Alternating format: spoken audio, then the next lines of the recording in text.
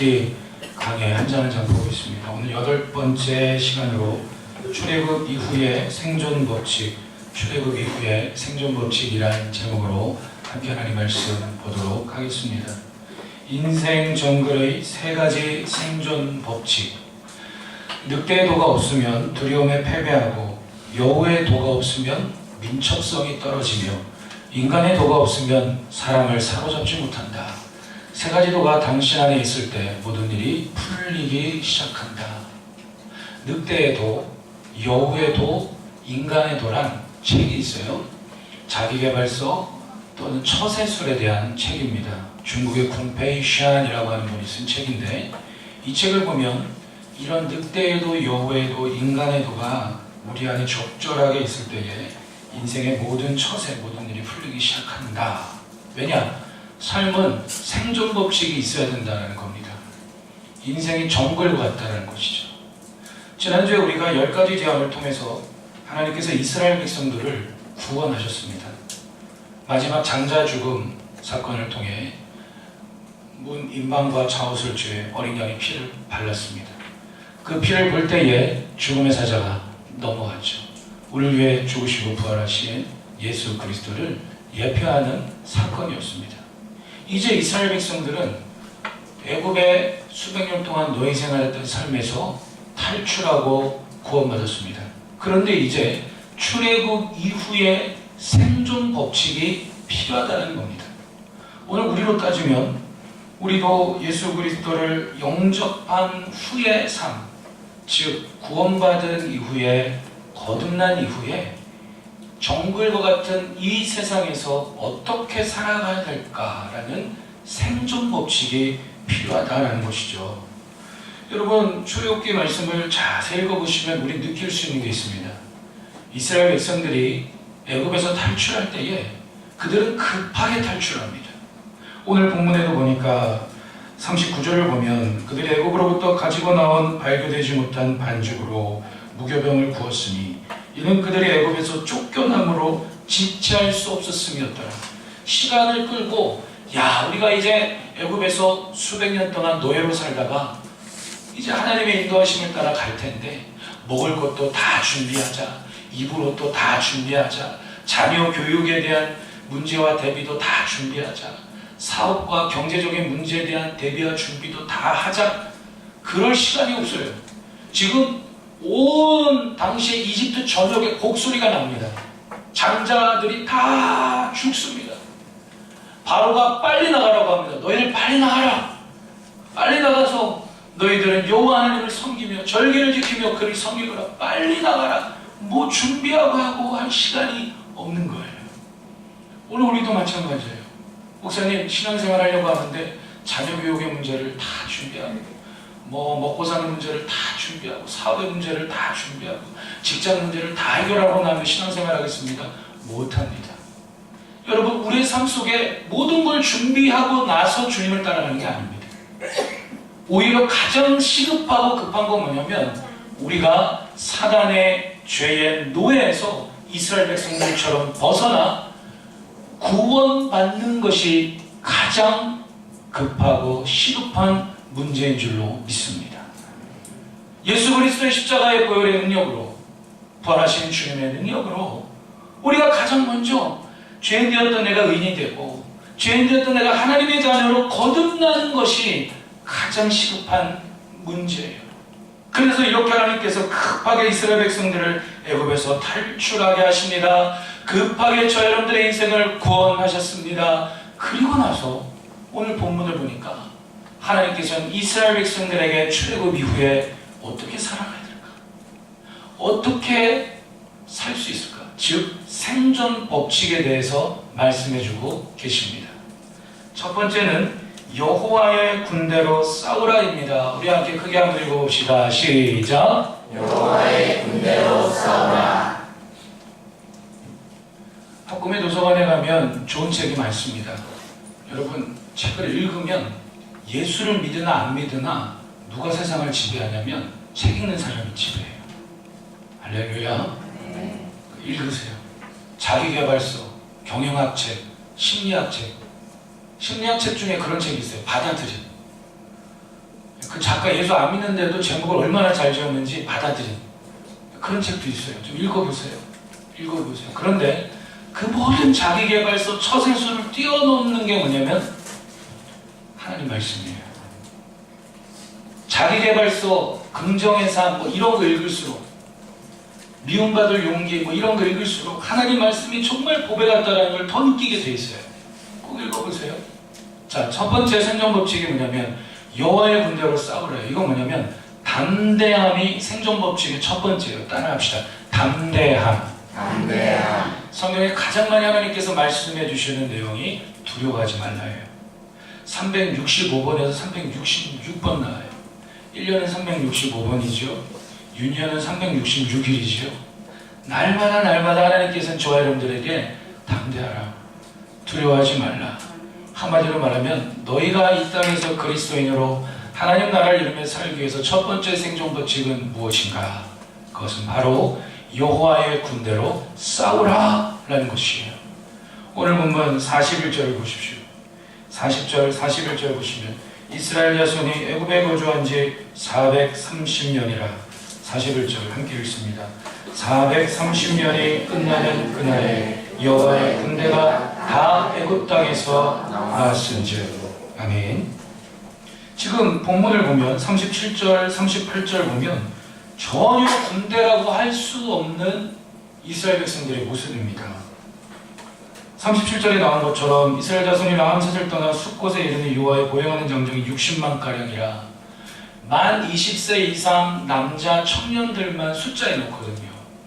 그럼 한 가정을 생각할 때에 아이들, 아내 4명, 5명 잡으면 60만 곱하기 5, 4 하면 거의 200만에서 300만 되는 숫자가 노예 생활하다가 탈출했다는 거예요. 게다가 38절을 보면 수많은 잡축, 양과 소와 수많은 가축대들이 함께 출애굽을 합니다. 게다가 40절에 나온 것처럼 이들은 애굽에서 노예 생활을 한 지 430년이나 돼요. 전혀 지금 군대라고 할 만한 모습이 전혀 보이지 않는데 하나님께서 이스라엘 백성들을 너희들은 오합지졸이야 그렇게 부르는 게 아니라 너희는 여호와의 군대다라고 하나님께서 이스라엘 백성들을 그렇게 보십니다. 오늘 저 여러분들도 이 땅에서 그리스도인으로 살아가는 출애굽 이후에 구원받은 이후의 생존 법칙의 첫 번째가 그래서 여호와의 군대로 싸우라라는 것입니다. 그 군대가 어떤 군대인가라고 할 때에 가장 중요한 것은 대장이 누구인가에 따라 결정이 됩니다. 대장이 이순신 장군이냐 아니면 대장이 이완용이냐 이 벌써 기분이 안 좋잖아요. 나는 능력이 없고 아무것도 없지만 대장이 이순신 장군이래요. 오, 그럼 벌써 막 거북선 입에서 뭐가 나가요? 불이 나가고 막 폭탄을 날릴 수 있을 것 같고 그런데 나는 많이 배우고 능력이 있는데 우리 군대 대장이 이완용이래요. 예를 들면 요즘에 어떤 드라마에서 많이 화제가 돼서 그렇죠? 이완용이래요. 예를 들면 그러면 벌써 대장이 누구냐에 따라 군대의 성격이 결정이 됩니다. 이스라엘 백성들은 그렇습니다. 연약합니다. 그대로 오합지졸입니다. 수많은 잡족과 군대 훈련을 받은 적이 한 번도 없습니다. 그런데 성경은 정확히 이야기하죠. 41절을 다시 보시면 430년이 끝나는 그날에 여호와의 군대가 라고 했어요. 대장이 누구죠? 모세가 대장이 아닙니다. 아론이 대장이 아닙니다. 똑똑한 지식을 갖고 있는 자도 대장이 아닙니다. 이들은 누구의 군대입니까?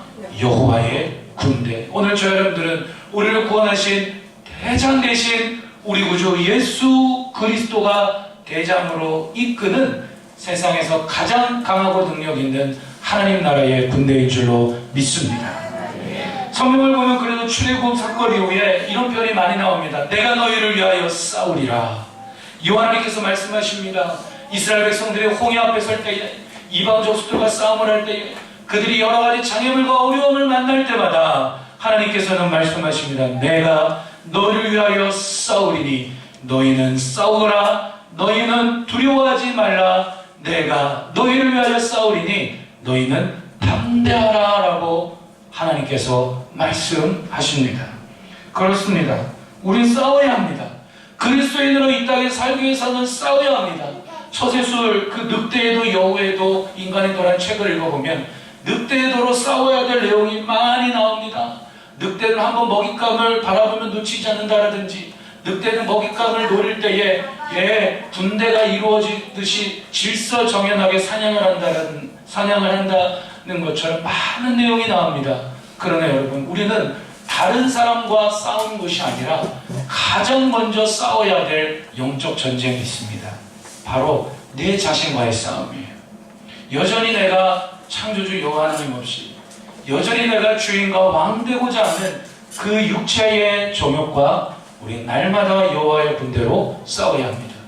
앞으로 출애굽기를 보게 되겠지만, 이스라엘 백성들은 이제 출애굽 이후에 가나안 땅을 향해 나아가기까지 수많은 싸움을 합니다. 광야의 길을 걷는데, 그 광야의 길을 걸을 때마다 이들에겐 늘 아킬레스건과 같은 늘 문제가 되는 게 있습니다. 그것이 뭐냐면 그들 안에 있는 육체의 정욕이에요. 그들 안에 창조주 여호와 하나님을 따르고 있으면서도 내가 주인과 왕 되고자 하는 그 육체의 정욕이 늘 그들의 광야의 길을 가로막고 힘들게 하고 지치게 하고 어려움에 빠지게 하는 것입니다. 오늘 우리의 삶 속에 그리스도인으로 살고자 할 때에 나는 이것 때문에 힘들어, 저것 때문에 힘들어, 이것 때문에 힘들어, 부부관계가 어려워, 자녀 때문에 어려워, 경제 문제가 어려워, 직장생활이 어려워, 육체적인 질병 때문에 어려워, 난 내면의 성격이 어려워, 여러 가지 어려움이 얼마나 많으십니까? 그런데 여러분, 성경은 우리에게 정확한 걸 이야기하는데, 가장 중요한 우리가 싸워야 될 여호와의 군대로, 오늘도 이 땅에 하나님 나라를 이루고 여호와의 군대로 영원한 천국을 향해 가기까지 힘써 담대함으로 싸워야 될 것이 있습니다. 그게 뭐냐면 여전히 주인 되고자 왕 되고자 하는 이 육체의 정욕과 날마다 주님 주신 힘과 능력으로 싸워야 될 줄로 믿습니다. 우리 딸들과 밥을 먹는데 텔레비전 보는데 참 재밌는 장면이 나왔어요. 꽃갈모자 게임이라는 건데, 유명한 연예인들이 무슨 뭐 해외 다니면서 호텔에 오면서 맨날 게임만 하더라고요. 야, 나도 연예인 하고 싶다라는 생각이 1초 들었어요. 뭐 거기 뭐 생각이 없고 가면 피곤하고 뭐. 근데 게임 재밌게 하더라고요. 뭐냐면 아침에 일어나면 호텔에서 조식을 먹어야 되는데, 조식 게임인데 어떻게 하냐면 생일 파티 때 이렇게 머리에 쓰는 꽃갈모자 아시죠? 꽃갈모자, 그죠? 모르세요? 아셔야 한다고 해야 뭐 알면 뭐 아는 척도 안 하시고 몰라도 모르는 척도 안 하시고, 우리한테 물어보지 마세요. 그냥 빨리빨리 하고 그런 거 아니죠? 아시죠? 네. 꽃갈모자를 머리에 쓰는데 게임을 어떻게 하냐면 얼굴에 이렇게 쓰더라고요. 얼굴에. 그럼 이렇게 뾰족한 부분이 앞으로 나오잖아요. 또 앞으로 쓰고 보니까 시야가 꽃갈모자 그 꼭지점 부분 바늘 구멍만큼밖에 앞이 안 보이는 거예요.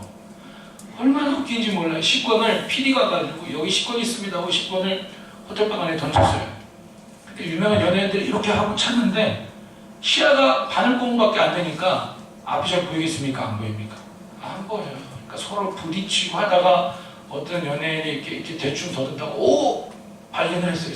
오! 이렇게 흔들고 있는데 옆에는 또 다른 연예인이 이렇게 더듬면서 지나가다가 다른 사람이 갖고 있는 거를 딱 찍었어요. 어디 간 거야? 하고 하면서 좌측으로도 하여튼 뭐 시야가 좁으니까 제가 그걸 보면서 깨달은 게 있어요. 아, 모든 그리스도인에게는 다 뭐가 있을까요? 믿음이 있거든요. 한번 같이 한번 고백을 합시다. 내 안에 믿음이 있다. 믿음이 있다. 믿음이 있어요. 거듭난 하나님의 자녀는 믿음이 있어요. 할렐루야. 아멘. 믿음이 있어요. 그런데 이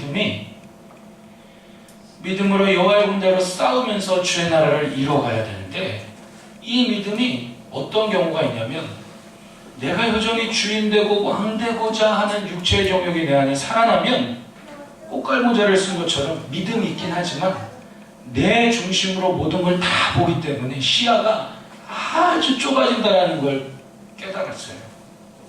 믿음이 있는데 믿음으로 살아가는 게 아무것도 없는 거예요. 믿음이 있긴 있지만 꽃갈모자처럼 내가 주인 되고 왕 되고자 하는 육체의 정욕 때문에 시야가 바늘구멍밖에 안 보여요.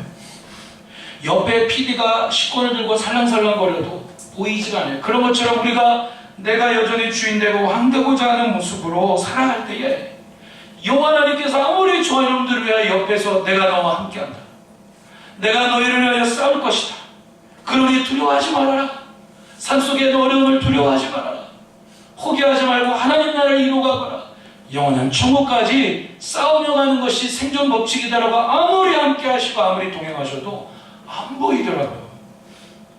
여러분, 하나님이 우리와 함께 하십니다. 하나님께서 우리와 동행하십니다.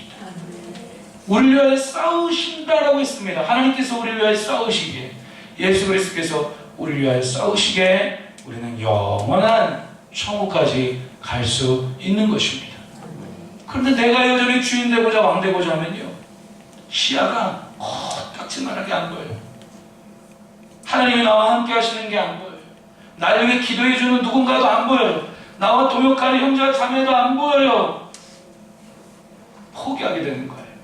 그런데 우리 안에 믿음이 있는데 나의 삶 속에 하나님께서 나의 삶의 주인과 왕 되심을 인정하기 시작하면, 순종함으로 인정하기 시작하면, 꽃가루 모자를 이렇게 썼다가 다시 뒤집어졌으면 이렇게 보이죠? 이렇게.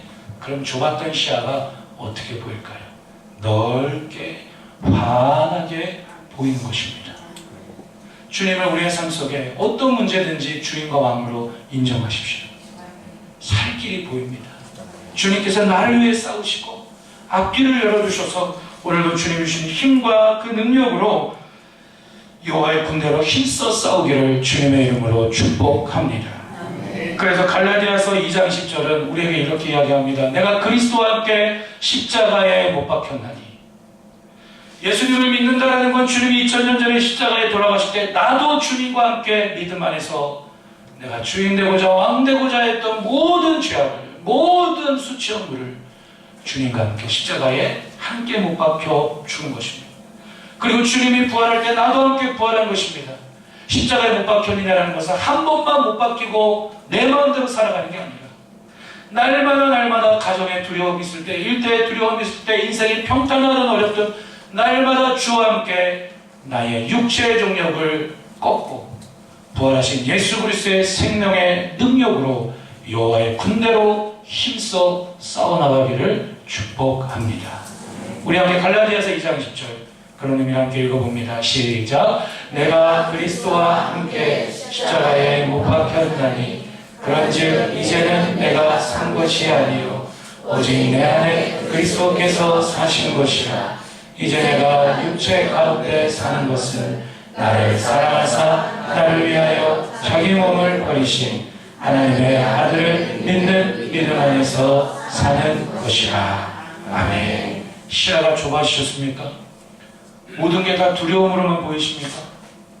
여러분, 주님의 십자가 앞에 내가 주인 되고자 왕 되고자 하는 그 육체의 정욕을 못 받고 부활하신 주님의 능력으로 다시 일어나시기를 주님의 이름으로 축원합니다.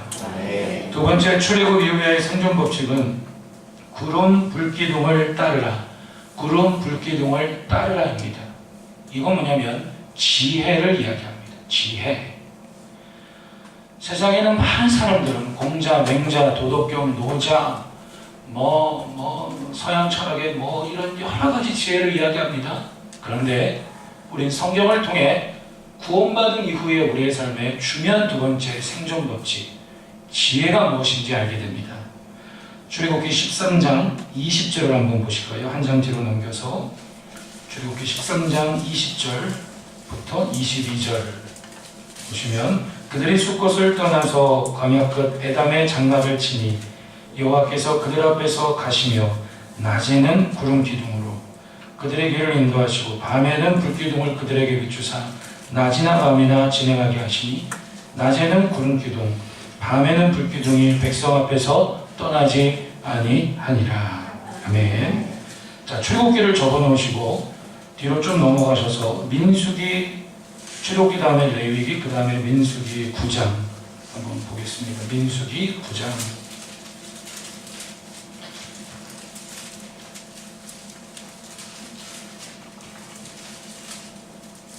민수기 9장 15절부터 보시면, 민수기 5장 15절입니다. 제가 바로 읽겠습니다. 성막을 세운 날에 구름이 성막꽃 중과의 성막을 덮었고 저녁이 되면 성막 위에 불모양 같은 것이 나타나서 아침까지 이르렀을 때 항상 그러하여 낮에는 구름이 그것을 덮었고 밤이면 불모양이 있었는데 구름이 성막에서 떠오를 때에는 이스라엘 자손이 곧 행진하였고 구름이 머무는 곳에 이스라엘 자손이 진을 쳤으니 이스라엘 자손이 여호와의 명령을 따라 행진하였고 여호와의 명령을 따라 진을 쳤으며 구름이 성막 위에 머무는 동안에는 그들이 진영에 머물렀고 구름이 성막 위에 머무는 날이 오를 때에는 이스라엘 자손이 여호와의 명령을 지켜 행진하지 아니하였으며 혹시 구름이 성막 위에 머무는 날이 적을 때에도 그들이 다만 여호와의 명령을 따라 진영에 머물고 여호와의 명령을 따라 행진하였으며. 자, 21절에서 23절까지 같이 한번 읽어봅니다. 혹시 구름이 저녁부터 아침까지 있다가 아침에 그 구름이 떠오를 때에는 그들이 행진하였고 구름이 밤낮 있다가 떠오르면 곧 행진하였으며 이틀이든지 한 달이든지 1년이든지 구름이 성막 위에 머물러 있을 동안에는 이스라엘 자손이 진영에 머물고 행진하지 아니하다가 떠오르면 행진하였으니 곧 그들이 여호와의 명령을 따라 진을 치며 여호와의 명령을 따라 행진하고 또 모세를 통하여 이루신 여호와의 명령을 따라 여호와의 지킴을 지켰더라. 아멘. 이스라엘 백성들이 출애굽을 했습니다.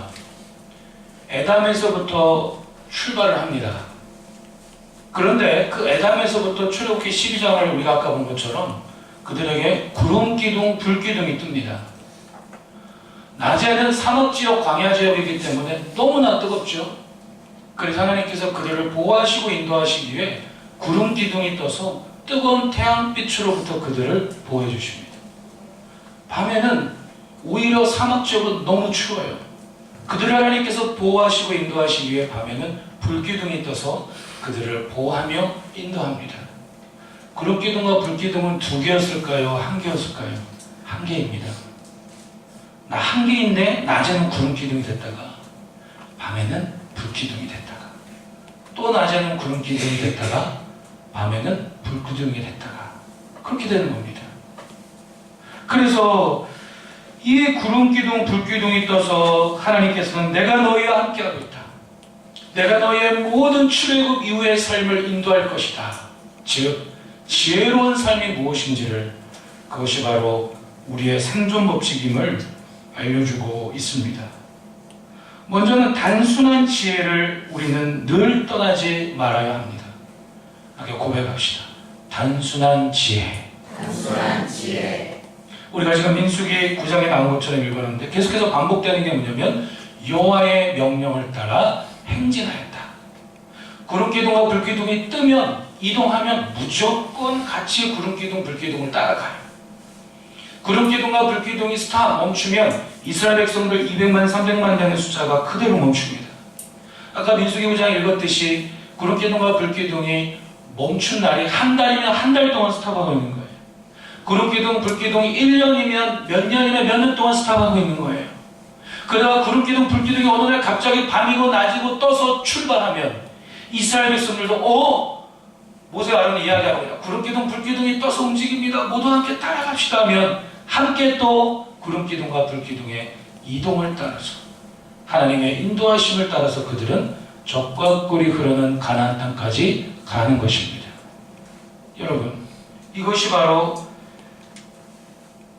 구원받은 이후의 생존 법칙, 즉 지혜로운 삶의 모습입니다. 단순해야 합니다. 신앙생활 잘하는 것은 처세술책, 자기계발서 책 읽으면 유명한 사자성어 중에 하나가 대기업 회장들이 갖고 있는 유명한 사자성어 중에 하나가 교토상굴이라는 게 있어요. 그게 뭐냐면 여우는 항상 어떤 상황과 위기에서 도망치기 위하여 항상 3개의 굴을 파놓는다는 거예요. 우리가 신앙생활 하는데 은근히 막 3개의 굴을 파놓고 몇 개의 굴을 파놓고 그 신앙생활 잘하는 게 아닙니다. 신앙생활 잘하는 건 선택지를 선택할 수 있는 길을 좁혀가는 거예요. 우선순위를 세우는 거예요. 그래서 단순하게 만드는 겁니다. 어떻게 해요? 여호와의 명령을 따라 행진하였던 이스라엘 백성들처럼 오직 주의 말씀의 인도하심을 따라 가정이나 일터나 자녀 문제나 건강이나 죽음 이후나 모든 삶에 있어서 주의 말씀이 인도하심을 따라 살아가는 것이 지혜로운 삶의 모습인 줄로 믿습니다. 요즘 정보의 홍수시대 아닙니까? 왜 이렇게 맘클럽이 많아요? 무슨 맘클럽, 무슨 맘클럽? 예? 인터넷만 들어가면요, 건강에 대한 정보가 이쪽 의사가 이야기하는 게 다르고 저쪽 병원에서 얘기하는 게 달라. 그리고 자기들끼리는 왜 다른지 모르겠다고 또 해요. 그럼 환자들은 이쪽 병원 가면 그 얘기 듣고 했다가 안 좋으면 또 저쪽 병원 가고 돈은 돈대로 쓰고, 건강에 대한 정보가 너무 많아요. 자녀 교육에 대한 정보가 너무 많아요. 사업에 대한 정보가 너무 많아요. 너무 많아요. 그런데 이런 정보의 홍수 속에 진짜 나에게 필요한 정보는 없더라고요. 진짜 나에게 필요한 팩트, 사실, 진짜 나의 삶 가운데 지혜로운 삶을 위한, 정말 바르게 선택하기 위한 그러한 정보는 나에게 없다는 것입니다. 선택지가 많을수록 선택을 못합니다. 음식을 먹을 때도 짜장면 아니면 우리는 무조건, 울면 그런 거 안 먹어요. 우리. 짜장면 아니면 무조건 짬뽕이에요. 어저께 말이에요. 신방예배를 갔는데 와, 너무 할렐루야였어요. 무조건 짜장면 아니면 짬뽕인데 선택지가 너무 많아. 뭘 먹어야 되는 거야. 우리 청년들 같이 신방예배 들었는데 선택지가 너무 많으면요, 못 골라요. 결정을 못해요. 그래서 요즘에 결정장애라고 합니다. 같이 한번 고백합시다. 결정장애. 결정장애. 누가 결혼해야 되지? 결정하세요. 어떤 직장을 가야 되지? 결정하세요. 건강해지기 위해서는 어떻게 해야 되지? 가정의 문제를 어떻게 해야 되지? 사업장을 어떻게 해야 되지? 자녀의 문제를 어떻게 해야 되지? 수많은 지혜를 통하여 선택해야 될 상황들이 우리의 삶에 너무 많아요. 선택을 안 하고 살아간다는 건 도태하는 겁니다. 뒤로 밀려나는 것입니다. 선택해야 앞으로 갑니다. 그런데 좋은 선택이 있을 수도 있고 좋지 않은 선택이 있을 수도 있습니다. 그럴 때에 우리에게 구원받은 이후에 하나님께서 구름기둥과 불기둥으로 이스라엘 백성들을 인도하신 것처럼 언제나 주의 말씀으로 우리를 인도하여 주십니다. 우리에게는 많은 정보들, 여러 가지 선택할 수 있는 수많은 길들이 세상에 많아요.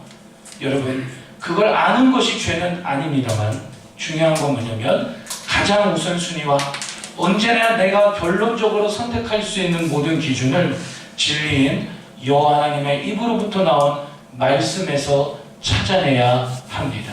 아멘. 신앙생활 잘한다는 건 감정의 문제이기도 하고 눈물을 흘리는 것이기도 하고 여러 가지지만 결국 말씀 아닙니까? 나의 삶 속에 하나님의 말씀의 인도함을 따라 살아가는 것이 아니겠습니까?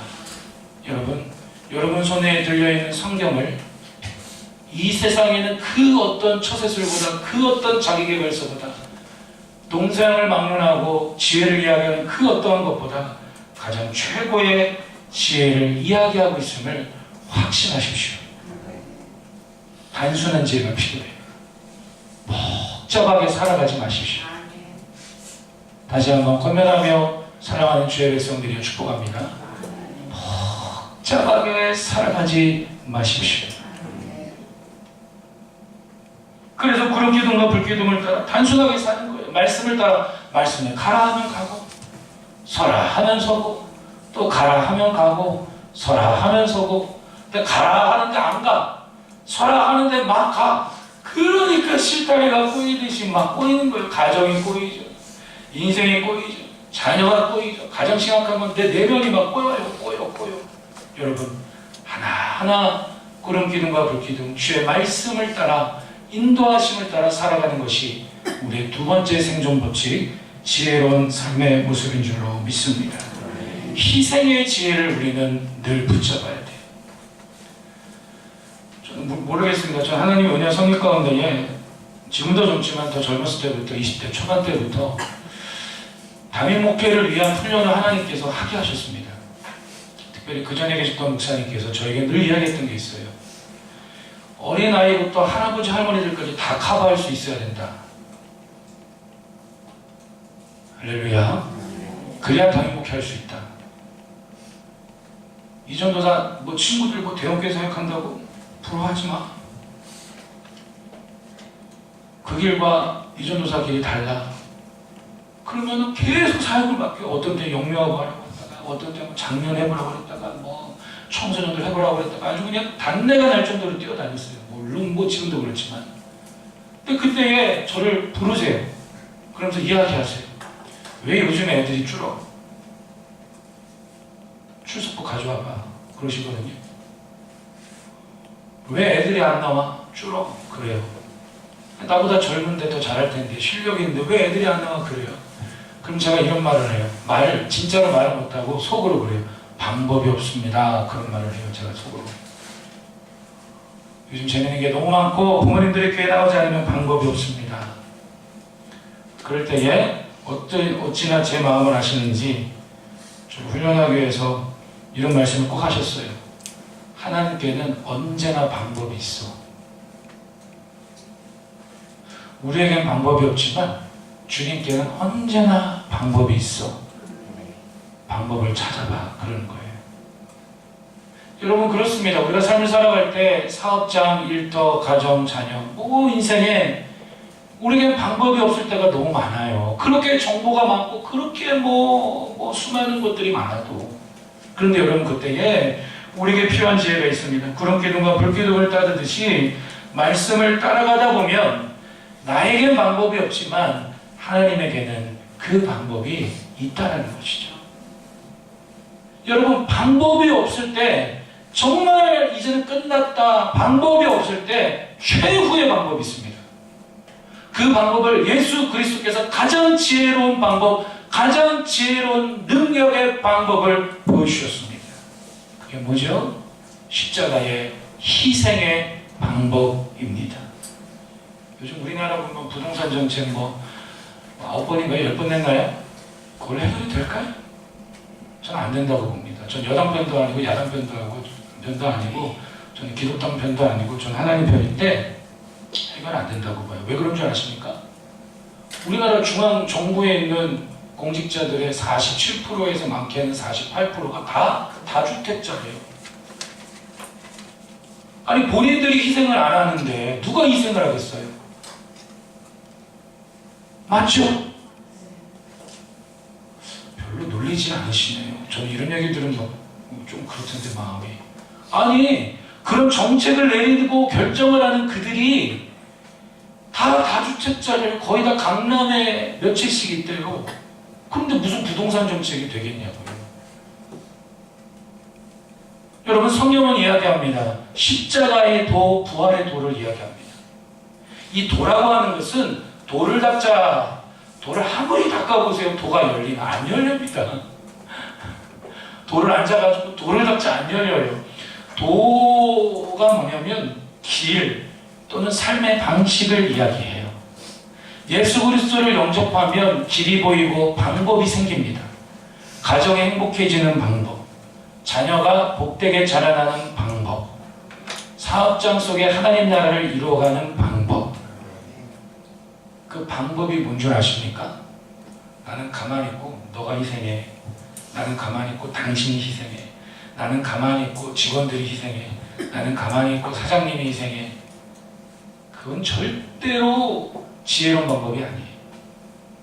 방법이 없을 때에 살 수 있는 방법, 길이 열려지는 방법은 이 방법밖에 없는데 구름기둥과 불기둥을 따라가면서 배울 수 있는 방법, 주님께서 걸어가신 십자가와 부활의 도, 즉 자기 희생의 지혜의 방법인 줄로 믿습니다.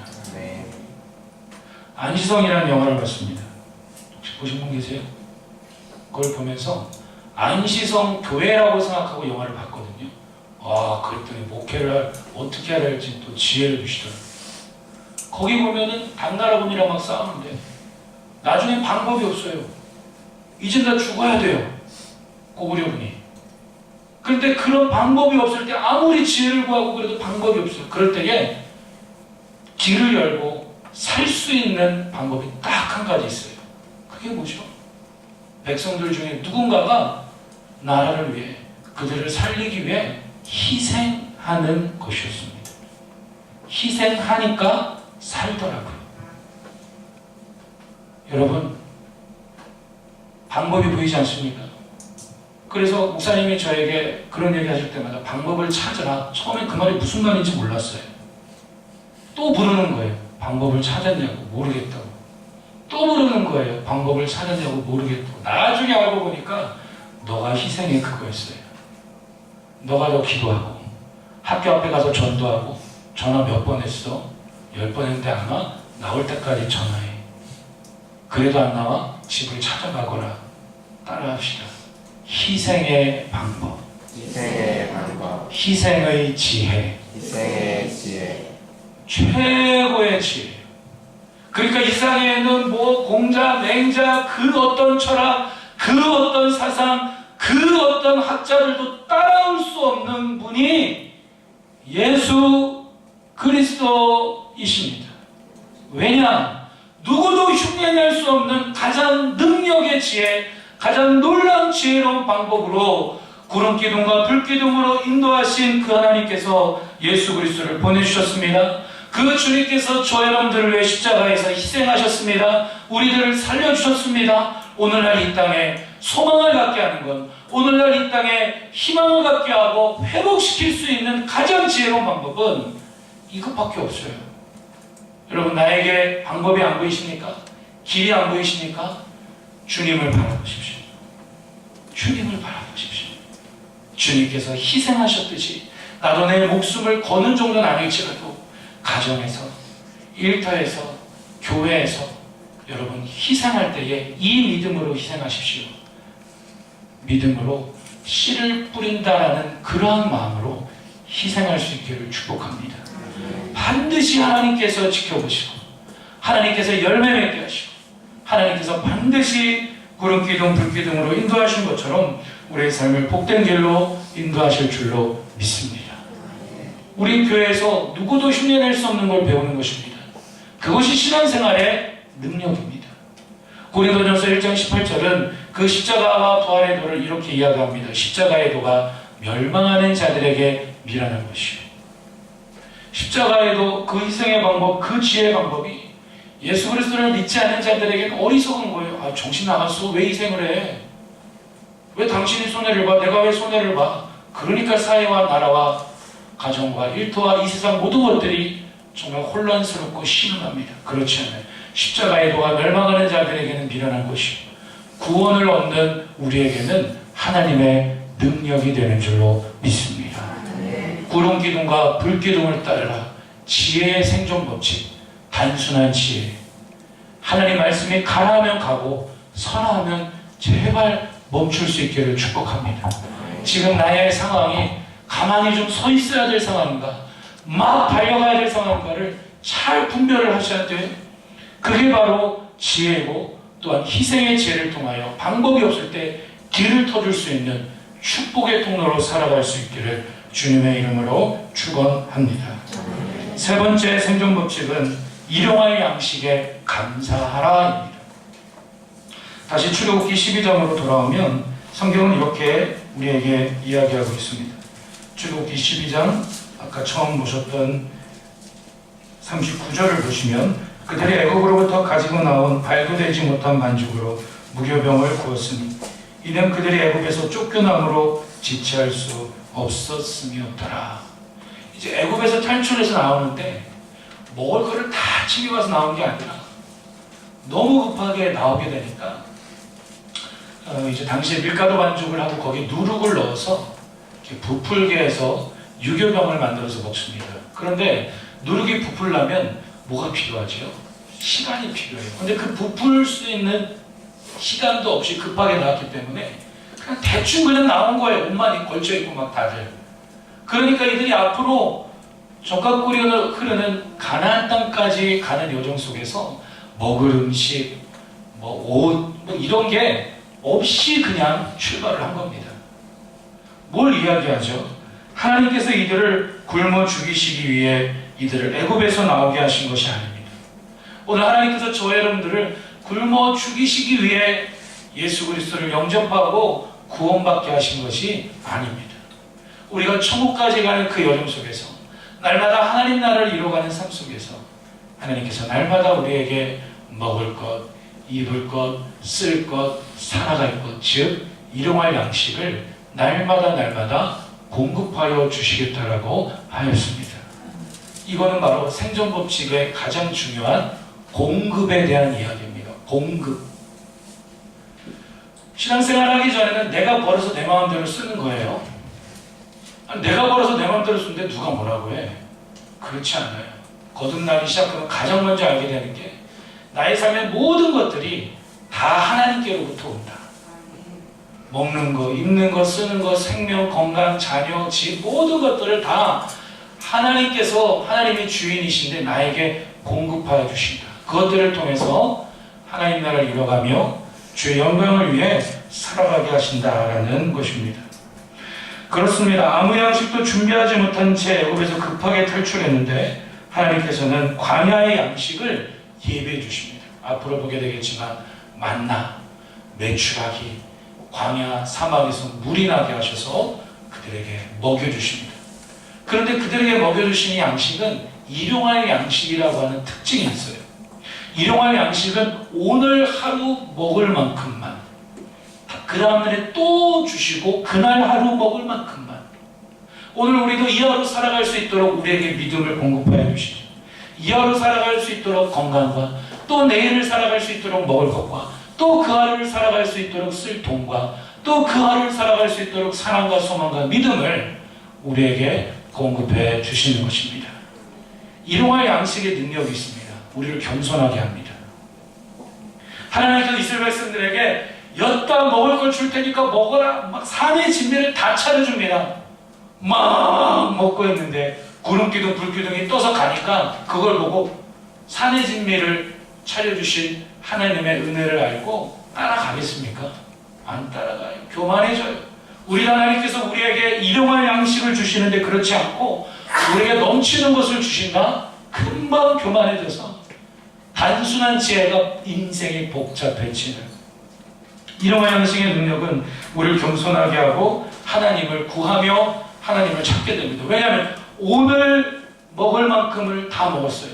그럼 내일도 하나님 앞에 구함으로 주님 앞에 복 주심을 구하고 은혜 주심을 구함으로 계속해서 주님 나라를 이 땅 가운데 이루며 살아가는 것입니다.